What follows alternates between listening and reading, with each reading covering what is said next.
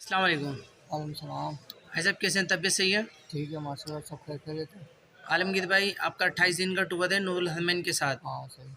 आलमगीर भाई कैसे थे आपके मामलात? मक्के के होटल, मक्के की ज़्यादत? माशाल्लाह बहुत अच्छा रहा। मक्के की भी ज़्यादत भी बहुत अच्छी रही और मक्के का होटल भी बहुत अच्छा मिला हमें और बहुत खुश हैं हम इससे, यानी कि इन नूरुल चीज़ों से, हरमैन से। नूरुल अरमान से। हम मुतमईन हैं इनसे बिल्कुल।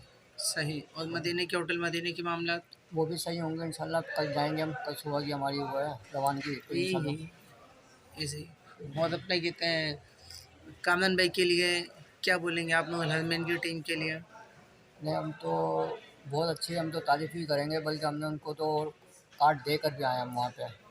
2-3 जन वो यानी कि जाएँगे वो दिसंबर में, तो हम सही कार्ड देकर आए उनको और हमने बोला था बहुत अच्छे लोग हैं, आप जाइएगा। उन्होंने कार्ड भी माँगा, हमने कार्ड भी दिया उनको, कामरान भाई का। और सही वो दिसंबर में जाएँगे मगर उन्होंने बोला था हाँ।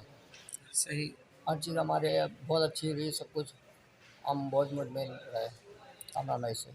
सही सही। अस्सलाम वालेकुम। वालेकुम सलाम।